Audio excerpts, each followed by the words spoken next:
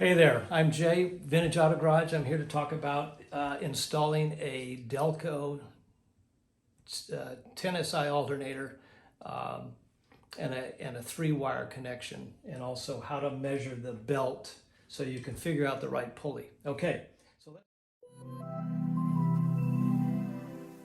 so let's start out with the right pulley size.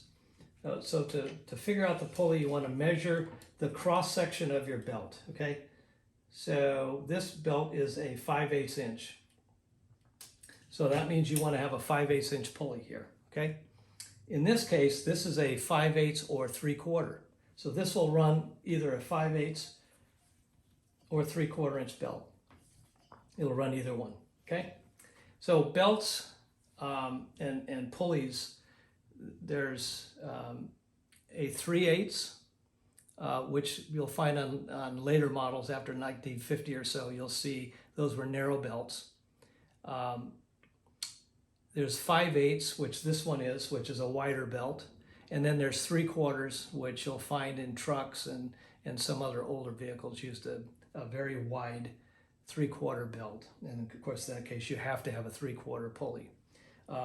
There were 1/2 inch belts. There are 1/2 inch belts. However, the only vehicle I think you're going to find a 1/2 inch belt on is a Thunderbird. Ford, for some reason, used 1/2 inch pulleys, 1/2 inch belts in Thunderbirds, okay?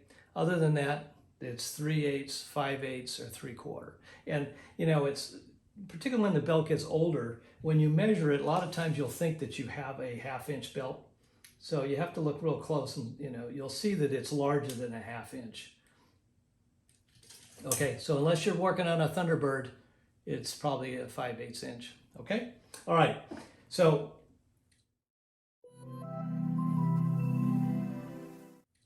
that's the pulley. So now let's talk about how to connect up a 3-wire connection on the back of this alternator. So on the back of the alternator, we have the output, which is the little red insulator here. This is a ground, which we'll talk about here a little bit. And then this is the regulator connection, two little pins for the regulator, all right?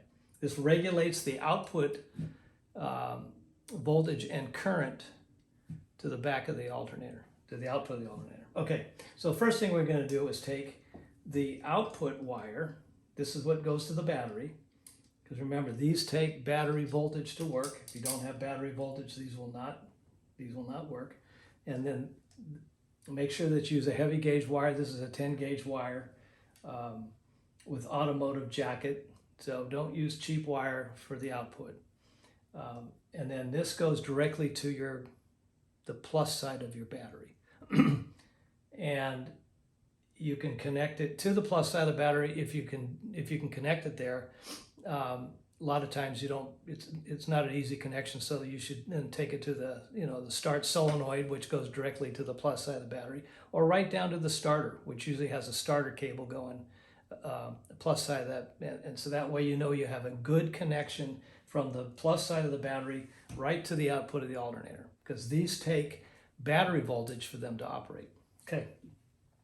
Next thing we're going to do on a 3-wire setup. So we're going to call it 3-wire because this is 1 wire. The white wire is the 2nd wire, and the red wire is the 3rd. Okay, so that's why we call it a 3-wire system. All right, so we're going to plug this plug. This is our P10SI plug. Goes right in the back, right into the regulator. And we're going to take the red wire that comes off of that, and we're going to connect it right to the back, right to the output. Okay? So what this does is when the alternator's operating, it will send it'll send the voltage into the regulator, and it'll regulate the output. Okay, so that's what this is, a sense wire. Okay, this white wire is actually the excite wire. What it means is it's going to excite the alternator so it runs. Okay, so I don't want to get too technical, but an alternator requires voltage for it to actually operate. Unlike a generator, it doesn't require any voltage to operate. So a generator will charge a dead battery. An alternator will not charge a dead battery. So you always have to have a good, fully charged battery for an alternator to work. Okay, but once you got a fully charged battery and the alternator is connected upright, it will keep your battery fully charged. and it'll keep it fully charged at low speeds and RPM. That's the other beauty of it. Okay, so this white wire is going to deliver 12 volts into the regulator. So this wire, this side here is going to connect either to your key switch, the run side of your key switch, or you can connect it to the plus side of the coil, which is in the same place, right? I mean, it's the same wire from, it takes 12 volts to your coil for your ignition system to work. So then you can tap off of there if you want.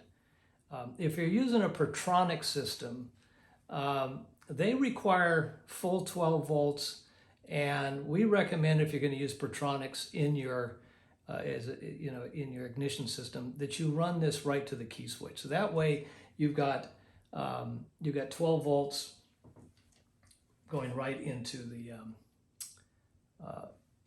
regulator. Okay, now all of our P10SI plugs have this little lump in here, and what this is a diode, and a diode is just an electrical one-way check valve. So you can think about it that the voltage is only going to run from your key switch or your coil down into the alternator, not the other way. And the reason that you don't want it to go the other way and have this one-way check valve is that in older cars where you only have an on and off switch and you don't have a modern, 3-position with a neutral, if you don't have a diode in there and you turn the switch off, it's likely that the alternator will keep the coil in the ignition system hot, meaning that the engine won't shut off. So if you install one of these and you don't have a diode in there and you can't shut the engine off, it's because this excite wire doesn't have a diode in it. Okay, so all of ours that we send out all have this diode. That's what that lump is, and it's going, the voltage is going into the regulator and not the other way. Okay, so now we have our 3-wire connection, one to the battery, one to the key switch, and then the sense wire. Okay, and then we have another wire here connected to ground.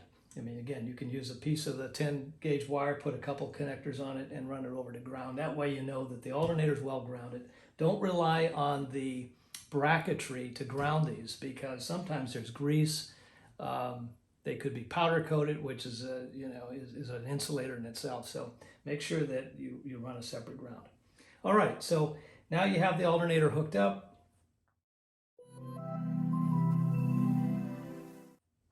You know that you've got your battery connection, you've got your plug connection. So before we start it, we're going to take a reading with a voltmeter between here and ground. Okay, so this will be battery voltage. So this should read, a fully charged battery is 12.6 volts, not 12 volts, not 12.1. It should be 12.6. So when you buy a new battery, sometimes when you bring them home, you'll think that it's a fully charged battery. Well, unless they're 12.6, they're not. So a 12-volt battery is actually completely discharged. So there's not a lot of kind of headroom in between a fully charged battery and a dead battery. So you're going to test here, make sure that you've got 12.6. You'll be good to go.